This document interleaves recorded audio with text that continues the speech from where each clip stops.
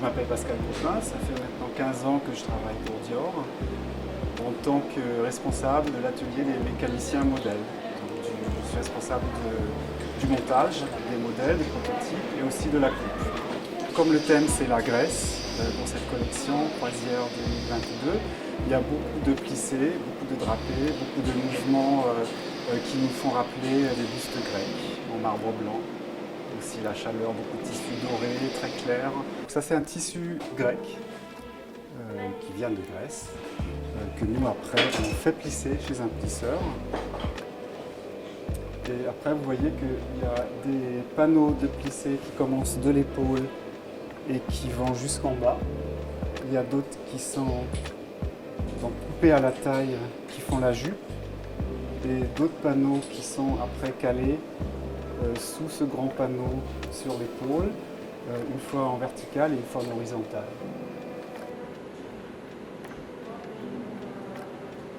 Tout le dessus que vous voyez qui a l'air d'être juste épinglé ou jeté sur un fond est finalement soigneusement calé avec des petits points mains pour évoquer sur le corps d'une femme, ça se voit beaucoup plus sur le porté, un tissu mouillé.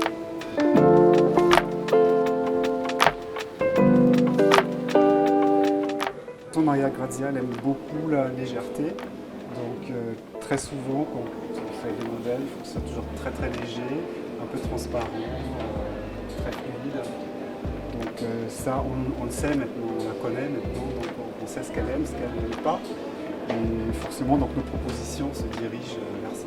Si on a fait faire ce mouvement d'aile, on l'étend. C'est ici le coup du cygne. On a inséré une tige en métal qu'on a rhabillé de tissu pour que ça reste blanc, on ne la voit pas. Chaque fois, il faut se remettre en question, chercher, trouver, poser. Le fond est en tulle.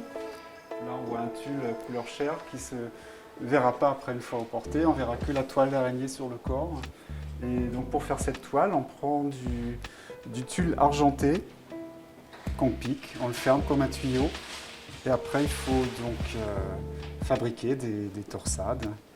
On roule ça comme ça à la main, c'est artisanal. Hein.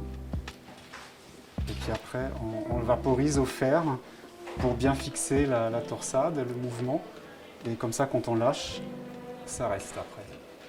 Et tout ça, c'est après appliqué à la main avec des points mains sur notre base qui est transparente et invisible.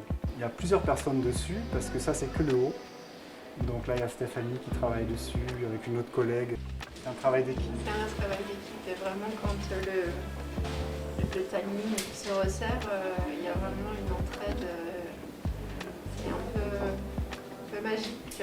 Mais aussi il y a du stress, on sait que chacun connaît son travail et c'est ce qu'il a à faire au dernier moment. Donc oui, tout se met en place et la robe elle sera prête pour le défilé.